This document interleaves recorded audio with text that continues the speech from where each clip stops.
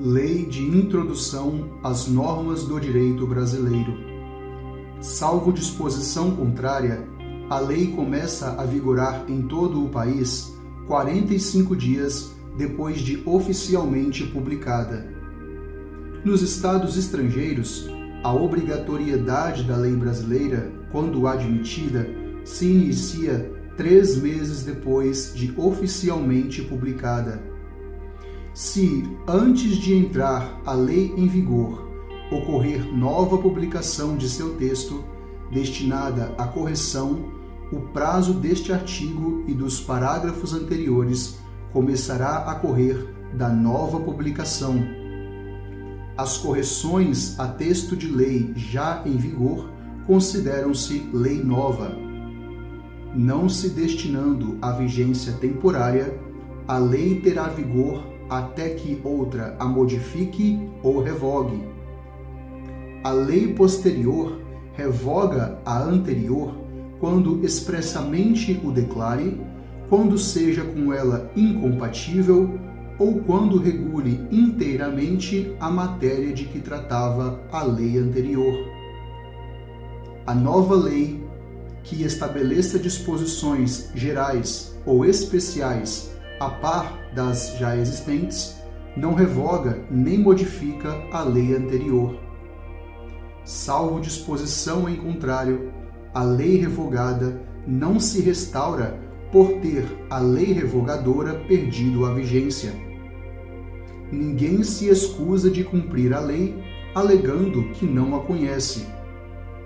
Quando a lei for omissa, o juiz decidirá o caso de acordo com a analogia, os costumes e os princípios gerais de direito.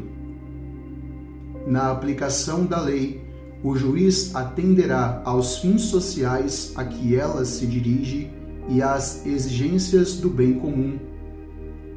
A lei em vigor terá efeito imediato e geral, respeitados o ato jurídico perfeito, o direito adquirido e a coisa julgada.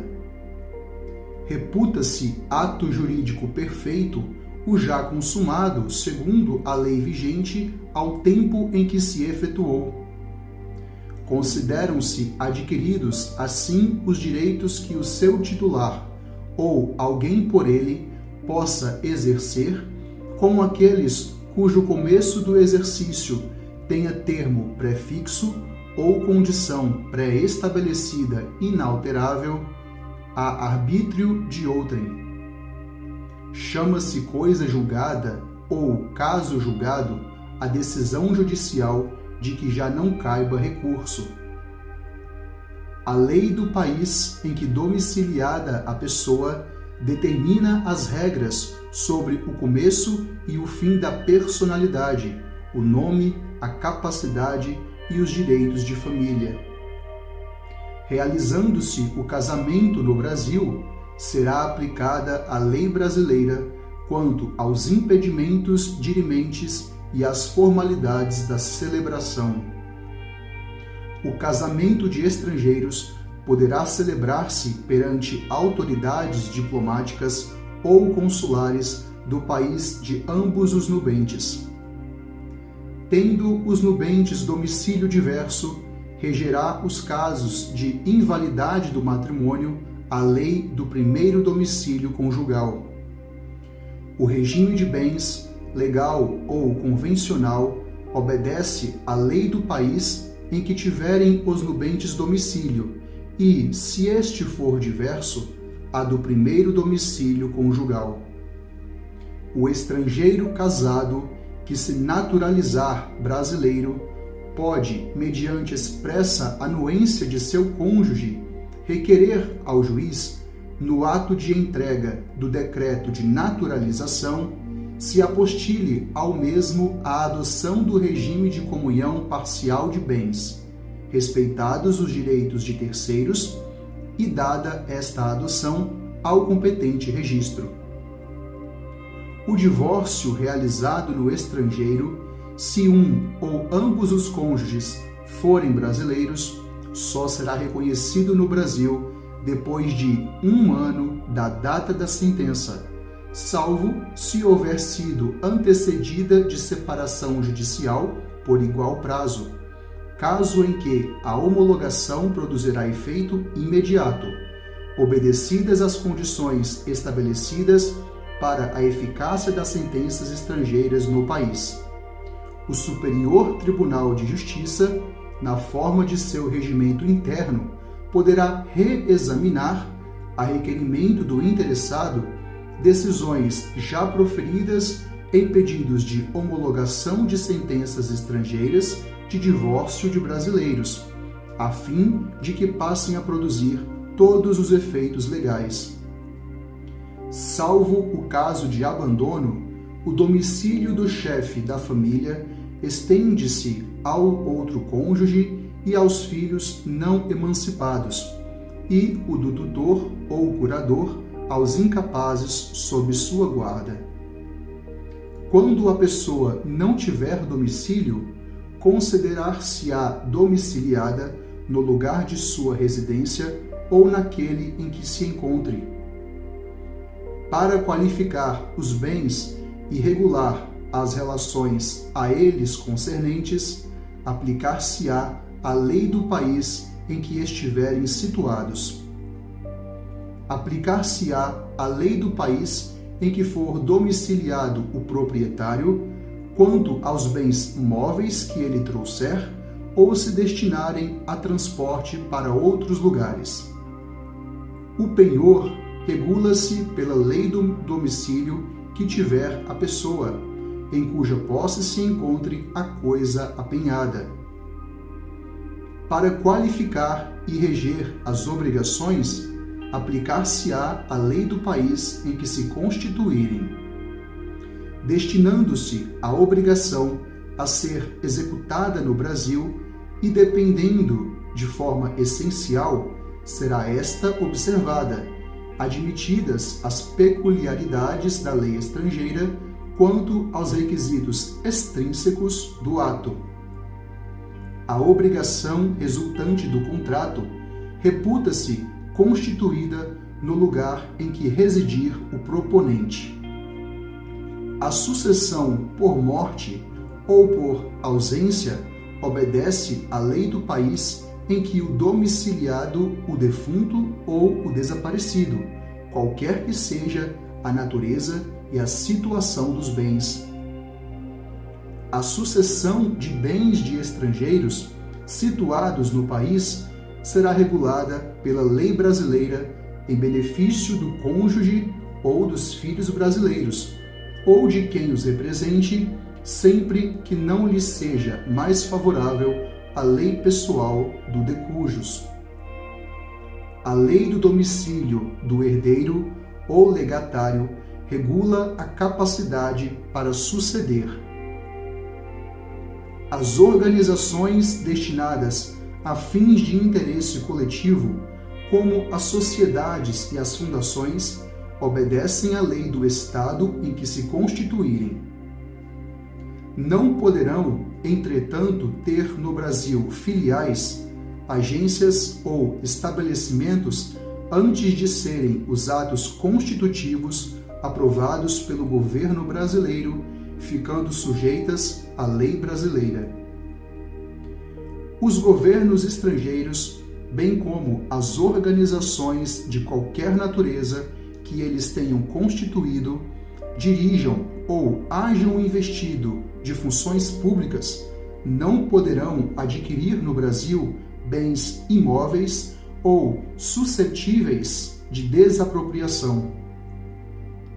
Os governos estrangeiros podem adquirir a propriedade dos prédios necessários à sede dos representantes diplomáticos ou dos agentes consulares.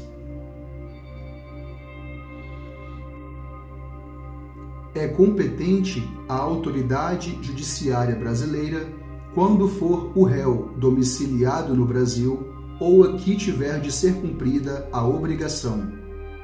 Só a autoridade judiciária brasileira compete conhecer das ações relativas a imóveis situados no Brasil. A autoridade judiciária brasileira cumprirá concedido o exequatur e segundo a forma estabelecida pela lei brasileira, as diligências deprecadas por autoridade estrangeira competente, observando a lei desta quanto ao objeto das diligências. A prova dos fatos ocorridos em país estrangeiro rege-se pela lei que nele vigorar, quanto ao ônus e aos meios de produzir-se, não admitindo os tribunais brasileiros provas que a lei brasileira desconheça. Não conhecendo a lei estrangeira, poderá o juiz exigir de quem a invoca prova do texto e da vigência. Será executada no Brasil a sentença proferida no estrangeiro que reúna os seguintes requisitos: haver sido proferida por juiz competente, terem sido as partes citadas ou haver-se legalmente verificado a revelia, ter passado em julgado e estar revestida das formalidades necessárias para a execução no lugar em que foi proferida, estar traduzida por intérprete autorizado e ter sido homologada pelo Supremo Tribunal Federal. Quando, nos termos dos artigos precedentes, se houver de aplicar a lei estrangeira, ter-se-á em vista a disposição desta, sem considerar-se qualquer remissão por ela feita a outra lei. As leis, atos e sentenças de outro país, bem como quaisquer declarações de vontade, não terão eficácia no Brasil quando ofenderem a soberania nacional, a ordem pública e os bons costumes. Tratando-se de brasileiros, são competentes as autoridades consulares brasileiras para lhes celebrar o casamento e os mais atos de registro civil e de tabelionato, inclusive o registro de nascimento e de óbito dos filhos de brasileiro ou brasileira nascido no país da sede do consulado. As autoridades consulares brasileiras também poderão celebrar a separação consensual e o divórcio consensual de brasileiros, não havendo filhos menores ou incapazes do casal e observados os requisitos legais quanto aos prazos, devendo constar da respectiva escritura pública as disposições relativas à descrição e à partilha dos bens comuns e à pensão alimentícia, e ainda ao acordo quanto à retomada pelo cônjuge de seu nome de solteiro ou à manutenção do nome adotado quando se deu o casamento. É indispensável a assistência de advogado devidamente constituído, que se dará mediante a subscrição de petição, juntamente com ambas as partes ou com apenas uma delas, caso a outra constitua advogado próprio, não se fazendo necessário que a assinatura do advogado conste da escritura pública. Reputam-se válidos todos os atos indicados no artigo anterior e celebrado pelos cônsules brasileiros na vigência do Decreto-Lei nº 4.657, de 4 de setembro de 1942, desde que satisfaçam todos os requisitos legais. No caso em que a celebração desses atos tiver sido recusada pelas autoridades consulares, com fundamento no artigo 18 do mesmo Decreto-Lei, ao interessado é facultado renovar o pedido dentro de 90 dias, contados da data da publicação desta lei. Nas esferas administrativa, controladora e judicial, não se decidirá com base em valores jurídicos abstratos, sem que sejam consideradas as consequências práticas da decisão. A motivação demonstrará a necessidade e a adequação da medida imposta ou da invalidação de ato, contrato, ajuste, processo ou norma administrativa, inclusive em face das possíveis alternativas. A decisão que, nas esferas administrativa, controladora ou judicial, decretar a invalidação de ato, contrato, ajuste, processo ou norma administrativa deverá indicar de modo expresso suas consequências jurídicas e administrativas. A decisão a que se refere o caput deste artigo deverá, quando for o caso, indicar as condições para que a regularização ocorra de modo proporcional e equânime e sem prejuízo aos interesses gerais, não se podendo impor aos sujeitos atingidos ônus ou perdas que, em função das peculiaridades do caso, sejam anormais ou excessivos. Na interpretação de normas sobre gestão pública, serão considerados os obstáculos e as dificuldades reais do gestor e as exigências das políticas públicas a seu cargo, sem prejuízo dos direitos dos administrados. Em decisão sobre regularidade de conduta ou validade de ato, contrato, ajuste, processo ou norma administrativa, serão consideradas as circunstâncias práticas que houverem imposto, limitado ou condicionado a ação do agente. Na aplicação de sanções, serão consideradas a natureza e a gravidade da infração cometida, os danos que dela provierem para a administração pública, as circunstâncias agravantes ou atenuantes e os antecedentes do agente. As sanções aplicadas ao agente serão levadas em conta na dosimetria das demais sanções de mesma natureza e relativas ao mesmo fato.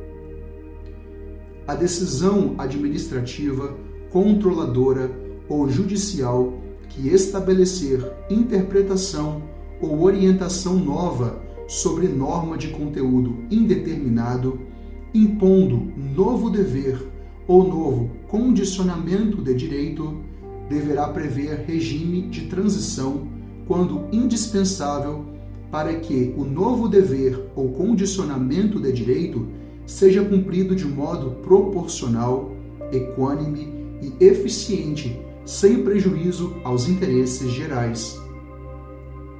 A revisão nas esferas administrativa, controladora ou judicial, quanto à validade de ato, contrato, ajuste, processo ou norma administrativa, cuja produção já se houver completado, levará em conta as orientações gerais da época, sendo vedado que, com base em mudança posterior de orientação geral, se declarem inválidas situações plenamente constituídas.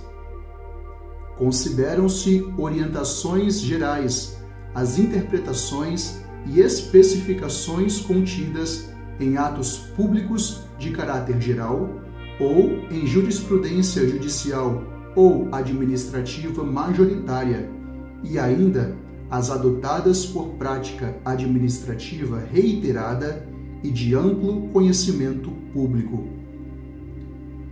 Para eliminar irregularidade, incerteza jurídica ou situação contenciosa na aplicação do direito público, inclusive no caso de expedição de licença, a autoridade administrativa poderá, após oitiva do órgão jurídico e, quando for o caso, após realização de consulta pública e presentes razões de relevante interesse geral, celebrar compromisso com os interessados, observada a legislação aplicável, o qual só produzirá efeitos a partir de sua publicação oficial. O compromisso referido no caput deste artigo buscará solução jurídica proporcional equânime, eficiente e compatível com os interesses gerais. Não poderá conferir desoneração permanente de dever ou condicionamento de direito reconhecidos por orientação geral. Deverá prever com clareza as obrigações das partes, o prazo para o seu cumprimento e as sanções aplicáveis em caso de descumprimento. A decisão do processo nas esferas administrativa, controladora ou judicial poderá impor compensação por benefícios indevidos ou prejuízos anormais ou injustos resultantes do processo ou da conduta dos envolvidos. A decisão sobre a compensação será motivada, ouvidas previamente as partes sobre o seu cabimento, sua forma e, se for o caso, seu valor. Para prevenir ou regular a compensação, poderá ser celebrado compromisso processual entre os envolvidos. O agente público responderá pessoalmente por suas decisões ou opiniões técnicas em caso de dolo ou erro grosseiro. Em qualquer órgão ou poder, a edição de atos normativos por autoridade administrativa, salvo os de mera organização interna, poderá ser precedida de consulta pública para manifestação de interessados, preferencialmente por meio eletrônico, a qual será considerada na decisão. A convocação conterá a minuta do ato normativo e fixará o prazo e demais condições da consulta pública, observadas as normas legais e regulamentares específicas, se houver. As autoridades públicas devem atuar para aumentar a segurança jurídica na aplicação das normas, inclusive por meio de regulamentos, súmulas administrativas e respostas a consultas.